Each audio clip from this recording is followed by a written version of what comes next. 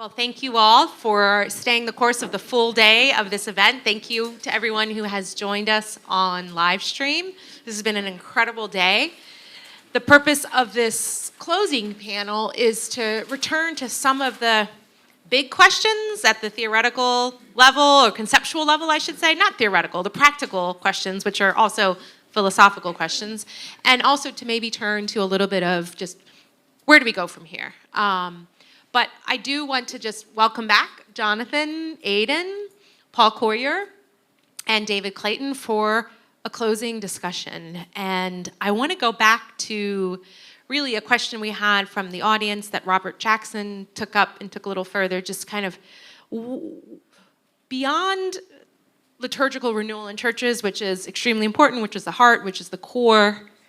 What might this look like in the civic realm or the political realm? And I wanted to ask David Clayton or Paul Coyer if you wanted to comment on that question, either of you.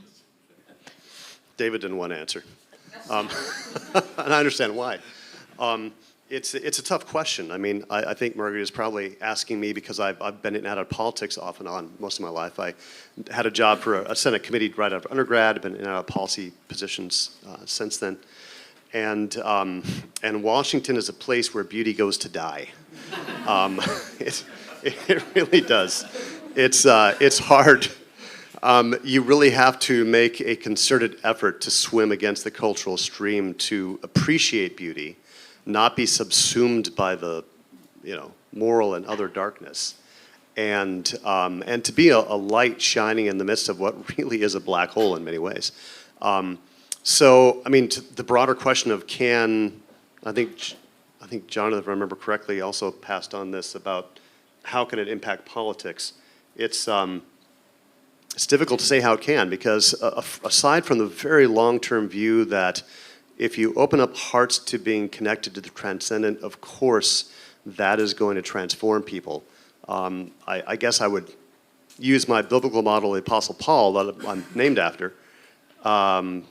My mother loved him, and for good reason. And, when he saw a lot of needs in the Roman Empire, but he didn't start a manumission society for the Roman Empire or any other social justice causes. He preached Christ. And because he knew that would shape the culture of the people in the Mediterranean world far more powerfully over the long term than a political crusade or a social justice crusade. And I think that's really what we have to do. The only hope for our country is, in my view, this light from Christ. And now, how do you approach a country that is very religiously and culturally even pluralistic? And how does this art impact that? That's another very weighty question. And again, aside from the very long-term perspective that you just keep pushing out the art that you two are doing and David is doing, and pray that God's Spirit uses it. But that's, again, a long-term, multi-generational task. And that's the best I can come up with, is at the end of the day, we are called to, with each of the vocations and the giftings God has given each of us, we are called to be faithful for developing those with the help of God's Spirit and to impact the immediate vicinity within which we're planted, so to speak. And it's up to God's Spirit to do the rest. That's my relatively short answer. Gave me a chance to think what I was going to say. So what occurs to me is that the great sort of conflicts, the things that people argue about at the moment, there's several things come to mind. One is poverty, and the supposed solution is that's a problem of inequality. I would say no, it's a problem of poverty. I'm not worried about what the others have. I just want to alleviate poverty. Global warming, the environmental problem, people really worry about that. And so, those are the ones that really come to mind. What is the response to these? Well, the response in faith is, or should we say that one response without faith is really just to enforce redistribution. Problem with that is that it doesn't allow for the fact that wealth has to be created. This is the best way to alleviate poverty. And with regard to the environment, it just assumes man is the problem, mankind. How do we deal with that? We just limit the number of people and the amount of human activity. And this leads to, ultimately, to abortion, pushing this out. This is really is a culture of death.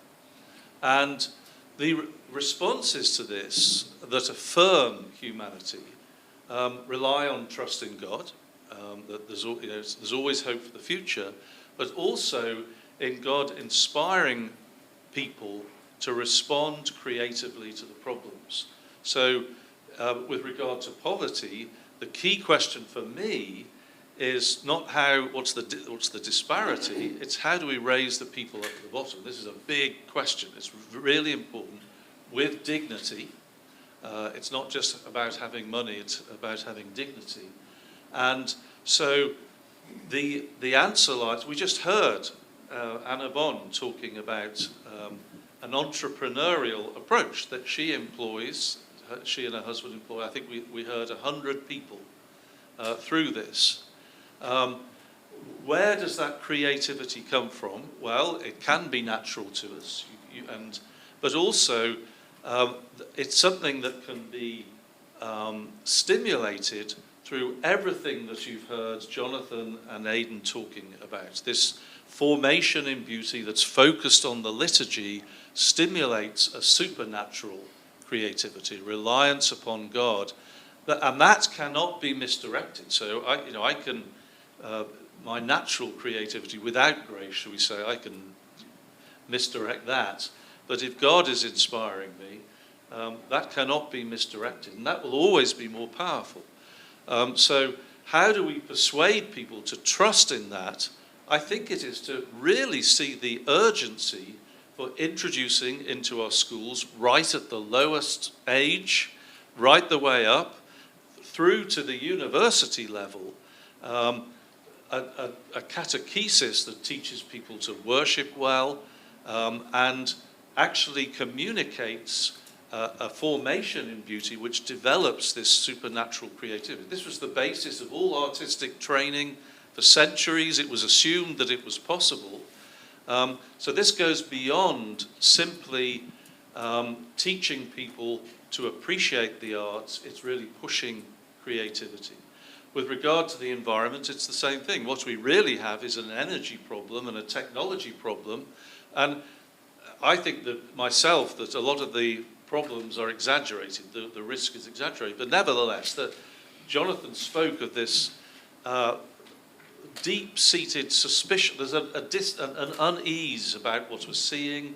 And that's not misplaced, I think. There's a lot of great good that has occurred as a result of mass production and technology. I'm not down on it intrinsically, and much of the benefits we have result from that.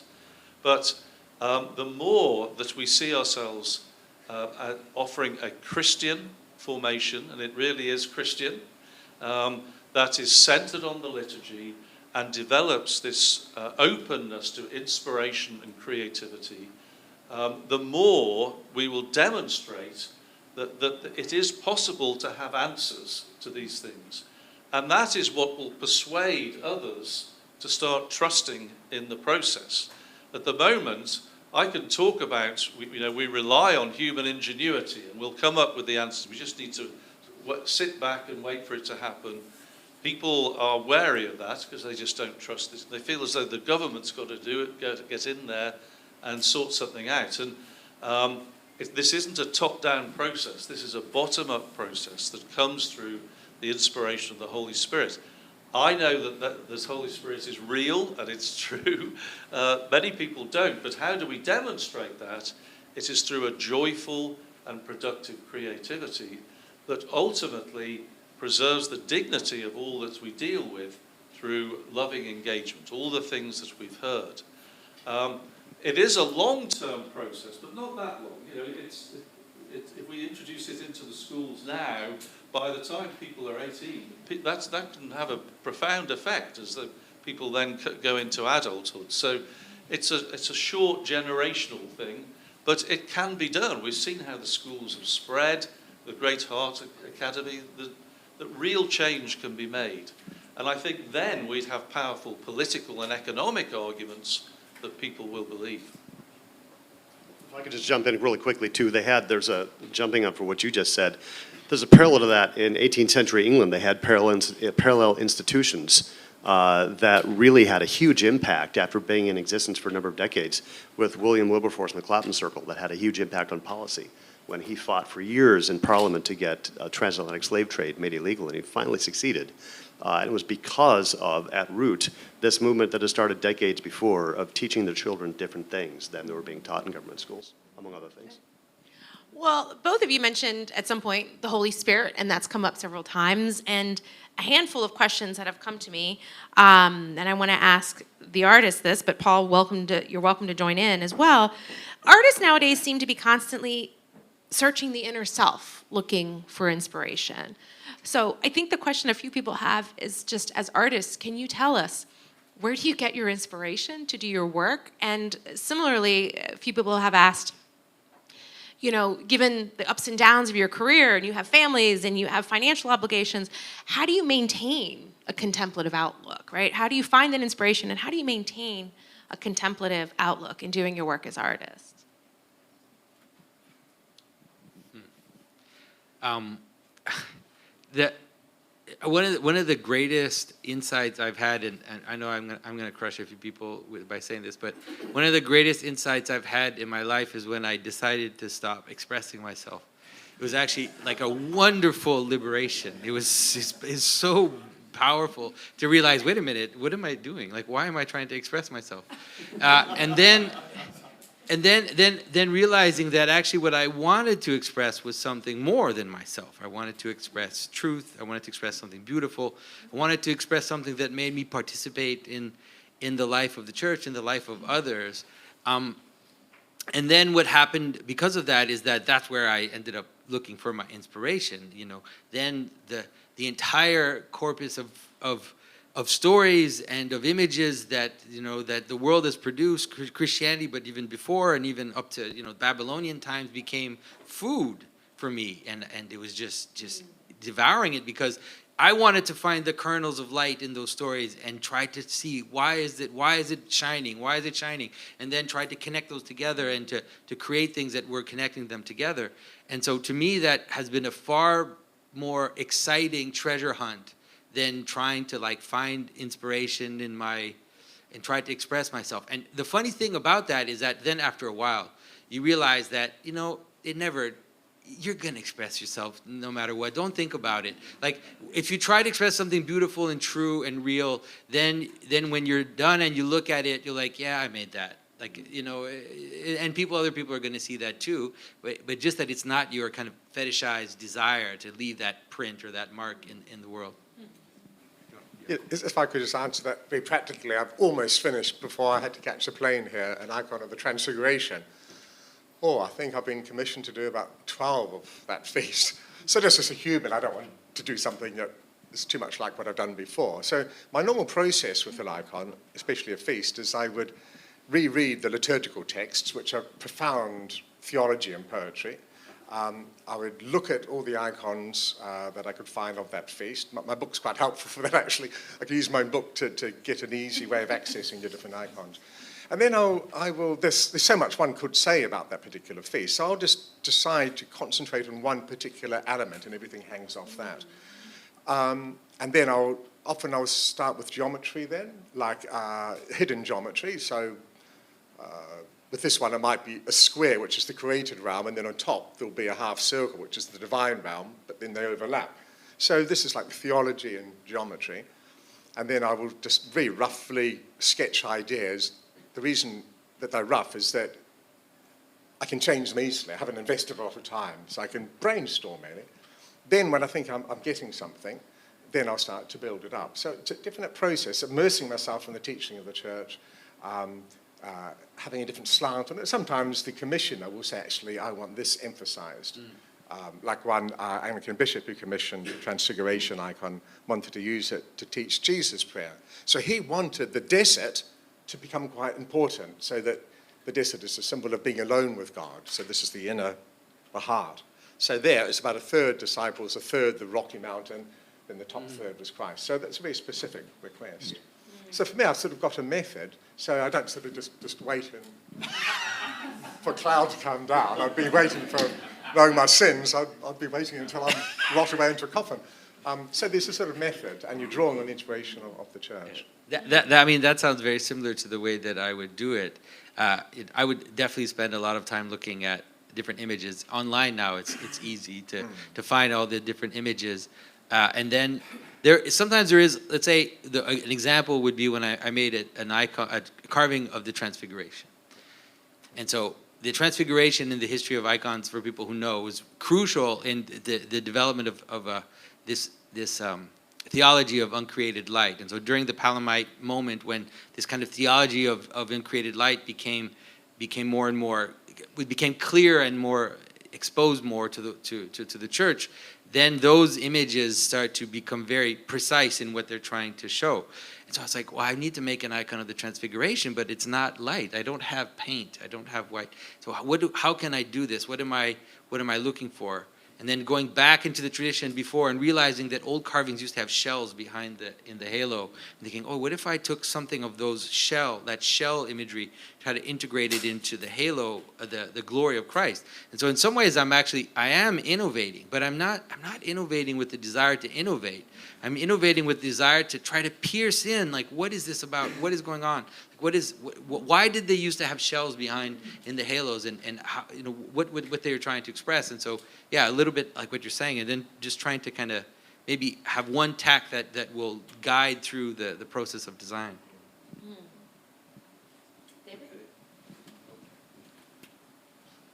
All right, so if I'm doing an icon, the first thing I do is look at Aidan's book. He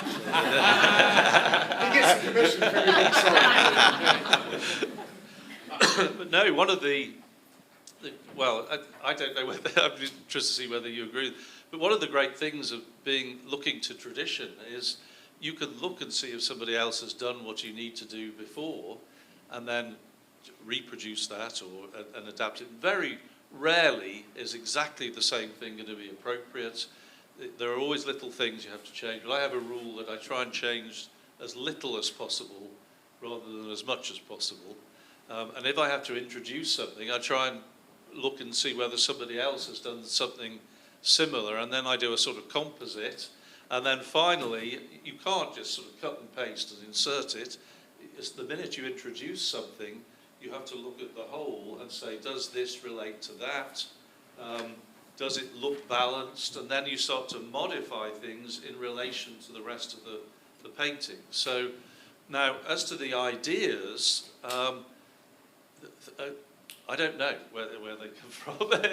They occur, is the answer. So if they're good, they come from God. If they're bad, they come from somewhere else. And so I try and sift through them, and I hope that I have enough.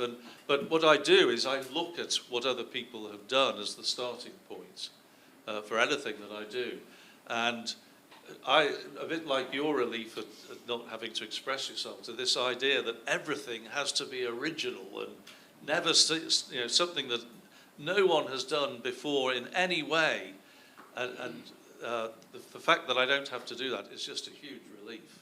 And the reality is, even like for people who study fine art, that thing ran out in about 1922, and then everything else has been like just taking those revolutionary tropes and repeating them in more and more precise ways. And so it's like there's not much in Warhol that's not in Duchamp or in Dada. It's like it all kind of ran really fast at the beginning of the 20th century and ran out. So just one little word, that we don't want to give the impression that the icon tradition is a copyist one, that there's little creativity. One way I find it useful is to think of the innovation, the variation, let's say, is actually in depth rather than in breadth.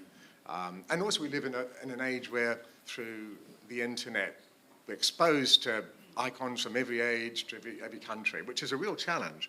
But the icon I've just almost finished, it draws on Byzantine stuff, it draws on work from Jerusalem, it draws on Roman mosaics, because I've introduced brightly coloured, sunrise-coloured clouds around Christ, because the Transfiguration is a foretaste of his return.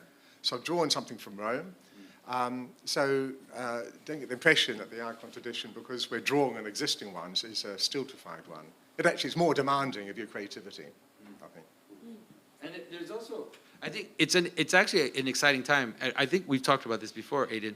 It's an exciting time for iconographers because we also have access, especially in the West, especially people that are, let's say, in America or in Western Europe, where we're kind of disconnected from the ethnic question of orthodoxy. And so in some ways we're actually loosened from some of the requirements that would bring. It's normal, let's say, for a Greek iconographer or a Russian iconographer to make something that is recognized by his community as participating in the story. But for us, we don't have that. We don't have that line. It's not as strict for us. And so it's actually an amazing opportunity. So you can go back and you can look at images from Serbia, images from Rome, images from all these traditions, and you can try to create a kind of synthesis, where some of the best images around can come together and form something. And so let's say I love the clothing from 12th century Byzantine ivories, but I find the faces lack something. And so if I look at Coptic art, or I look also at, let's say, the icon painting, there's something of that I can pull in to my carving. And so it's new. It doesn't totally look like something that's ever existed before, but that's actually a trick too that I think works, is that if you do make something new and nobody notices, that's the best. That's like the best. It's like, that doesn't exist, but everybody just receives it as if it's existed for 1,000 years. Then you think that's the best kind of innovation. Actually, I just want to come in. I remember very much when I was learning from you, Aidan, that you would always say, look at it and then try and work out what the artist was trying to do, what is the ideal they're aiming for. And very often, even the best artists will have failed in some way. There are things that aren't done quite right, and so you look at it with a critical eye and say, what can I improve? And I always remember you pushing that on me when I was learning. So, yeah. Yeah. So I think another question, if any of you have any thoughts on this, I think I do, but somebody actually wants to talk about sort of what has happened to the feminine in the church and art and beauty. And so it was actually, I will say, because it was a young man who brought this question to me. And I wonder if any of you have given any thoughts to this question of the importance of the feminine dimension in society and in the church, and if there's any role in art in kind of recovering the feminine. I mean, yeah. Fine, talking about that, that's fine. I think that it's actually one of the keys. It's actually one of the keys to saving the moment right now. I think, it's weird because we kind of talk about feminism and these different movements, but I think that what actually is lacking very much from the modern world is the feminine in its mysterious and powerful form. And so I think that exploring feminine symbolism is something that we definitely have to do. And the image of the Mother of God is for Christians the ultimate place where that can happen.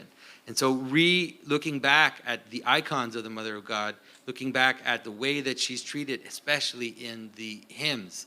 I mean, some of the analogies that are used for her are absolutely, they'll just break you. They're astounding. And so to be able to go back into those analogies and to see the way that the fathers who brought these hymns together, what they see of her in the Old Testament and how they bring it together into these images, I think it's a work that we definitely have to do, because in some ways the modern world is lacking in feminine, and that's why we see the private shrinking, we see the mystery shrinking. Everything is becoming public, everything is becoming structured. There's no room for that informal secret. It's all kind of going away. And so exploring that, I think, is very important. And the women, especially exploring the women in the tradition, the way people portray it to us, in the kind of official idea that Christianity was just this boot stomp or whatever on it's so wrong.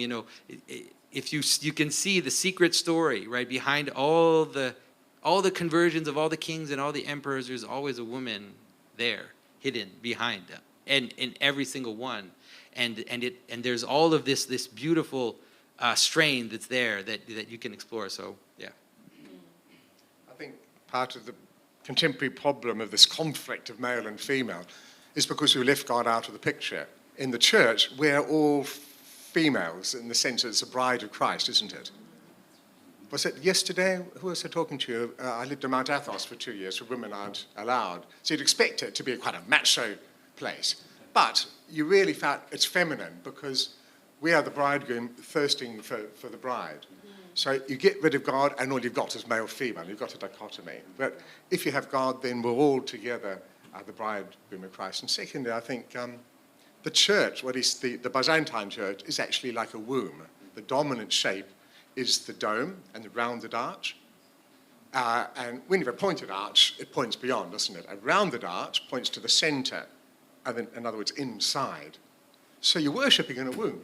You know, God is present in our midst. The Lord is in our midst. And that creates a sort of a very different mentality. Very different mentality. That was me you told that to 2 days ago, Aidan. And good news is we recorded that conversation, and you will get to see it. But I had a conversation with Aidan where we discussed the Mother of God, but vis-a-vis the icons of the Annunciation. And so what I have done, again, in my class, teaching on the Virgin Mary and sort of thinking about Mary and art and Mary in the liturgical calendar, I started with the Annunciation because I think everybody who is a Christian has heard of this. It's obviously in the Gospels and has some image in their mind of the Annunciation. And I assigned readings about the symbolism of the icons of the Annunciation and the meaning of the feast and Mary's role in bringing us to Christ. And so it's through this kind of concrete event that is an encounter that opens up this larger dialogue about Mary as seed and Mary as soil. And so I think, and also sort of the Marian dimension of the church being the affective, the personal, right? And I think, as Aidan just said, like in every, or maybe it was Jonathan, in every society where there's great leaders, there's always reverence for the mother of that person. And so this culture of reverence and this culture of affectivity, I think we can see in the Mother of God. And it's been astounding to me how much, there's books on this. I would recommend Yaroslav Pelikan's book on Marian, the images of Mary, Aidan's book. We read Joseph Ratzinger's book, Mary at the Source, that was Pope Benedict XVI, just the enduring attraction to this compassionate, loving Mother of God. And so I think it's an important question and an important topic. And just to sort of wind us down from this incredible day, the other set of questions have been more on just what are some next steps, right? So a couple people have asked, if you're going to start a career or start doing sacred art, what's kind of the next step you can take? Others have asked, if you work in a community that is not in attendance at this conference, that isn't thinking about these kinds of questions, what is the next step that people can do who want to pursue this as a vocation or share these kinds of resources in school districts or communities that may not have this, that may not know that they're looking for this? So what are some kind of next steps for artists or for teachers, people who want to share this beautiful vision we've been talking about today?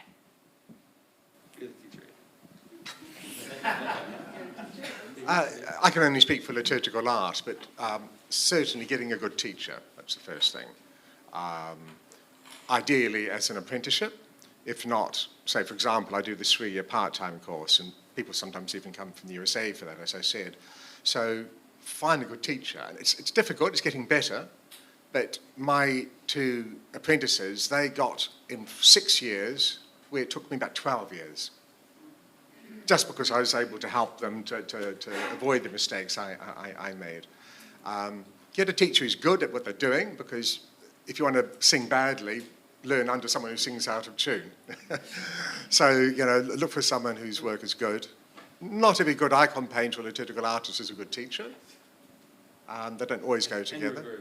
And reverse. Yeah, that's probably even worse. Yeah.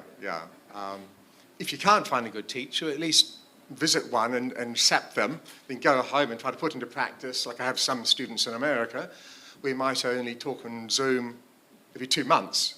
But I can tell pretty quickly, right, you need to work on this. So I'll give them studies, they'll work on that for 2 months and they'll come back. And actually they've progressed amazingly. There's one guy who'd been painting for quite a while, but there are a few very basic things he wasn't doing right.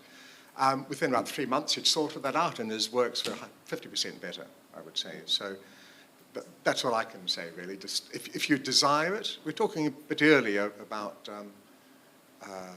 surviving as a liturgical artist, and my thought was, don't do it unless you're desperate, unless you've got to do it. You can't dabble. You've got to be someone who's drowning, and you've just got to get up and breathe. And so don't launch on a liturgical art career unless you can't imagine life without doing it. And then God will send you someone. One way or the other, you'll learn.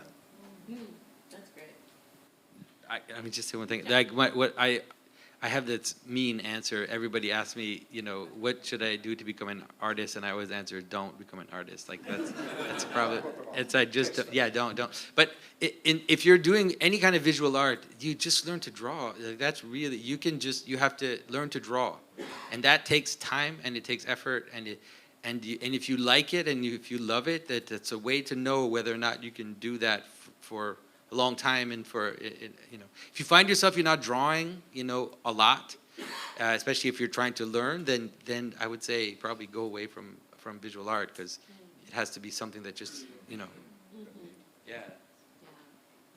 And I would say, God, my closing comment on that would be that there's really no quick fix to any of this. I mean, for those of you working in an environment where whether it's church or a school or your local community, like, yeah, people aren't having this conversation, or we don't have these resources.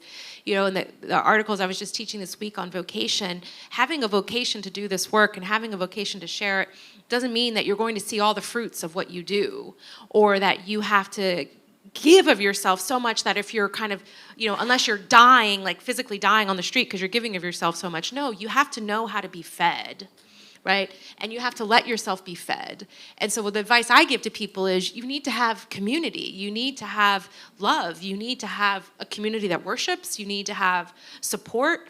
And you need to know that ultimately, you need to be obedient to God because you need to let God work through you. Again, that's the Marian dimension. We're all here to change things, but let's not take on an activist mentality. We have to do it by being fed by the Spirit. And that patience is born of prayer, and it's born of community. And it's really, as we heard, I think in some of the earlier panels, we have to have a hopeful expectation and an anticipation of what's to come. But it's not for us to do it. It's for God to do it through us. And so our disposition really matters. That said, I think another, people have commented over the last few days, there's a tremendous amount of resources available now for sacred art and for liberal arts education. There's schools popping up. There's a renewal of these traditions. We are living in an important time where I do believe that there are a lot of people who are passionate about this, and find those people, find those resources. There's a conference at Catholic U coming up on beauty and work. Google those events. A lot of you people came here because you heard about it from, Jonathan's Twitter or something, and you just showed up. So show up, connect, find people, and ask the Holy Spirit to give you the guidance for the next step. Aidan, you were going to say something? Yeah, just one very small practical thing. For those of you who've got money, I really believe in a scholarship to help individuals. The big institutions are important, but they're pretty hungry in finances. But one of my American students, actually, he can only do it because someone in his parish was funded him. So he's really gifted, but in 3 years, he'll be absolutely brilliant. Then he will come back to America and he will teach lots of people. So that, whatever he's given, I don't know, £10,000, that's going to probably, in his lifetime, probably produce 15 brilliant iconographers, because he'll be able to pass it on. Well, Aidan, thank you for making an easy transition to the last thing I was going to say, which is about money. So if you want to support a great artist, talk to Aidan. Get a scholarship. If you want to support a great musician, talk to Peter Carter. He's trying to get scholarships for his composer's workshop this summer.